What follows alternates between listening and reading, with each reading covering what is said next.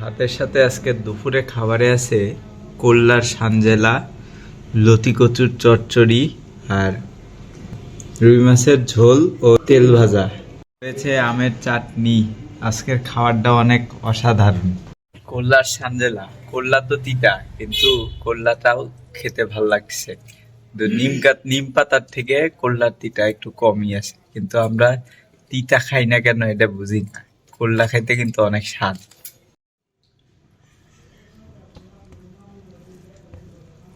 লতি কচু খেতেও অনেক দারুণ লাগে, অনেক টেস্ট লাগে। কিন্তু লতি কচুর অনেক সময় সমস্যা হয় কি, মুখে চুলকায়, মানে গলা ধরে আর কি। তো সেক্ষেত্রে আপনারা একটা জিনিস ট্রাই করে দেখতে পারেন, লেবু দিয়ে লতি কচু লেবু চিপে নিয়ে এটা খেয়ে দেখতে পারেন, তাহলে আর গলায় ধরার কোনো চান্স থাকবে না। তবে লতি কচু অনেক টেস্টি এবং পুষ্টিকর খাদ্য, আপনার শরীরে ভিটামিনের অভাব পূরণ করবে। মাছের চপটা খেয়ে দেখলাম, তেলের চপটা খেয়ে দেখলাম অনেক টেস্টি, আর মাছটাও অনেক টেস্টি হয়েছে। অনেক স্বাদ করে আজকে দুপুরে খাবারটা খাইলাম।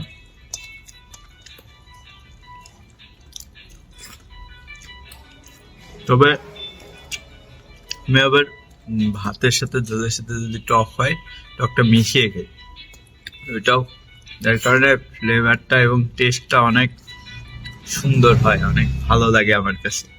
আপনারাও ট্রাই করে দেখতে পারেন।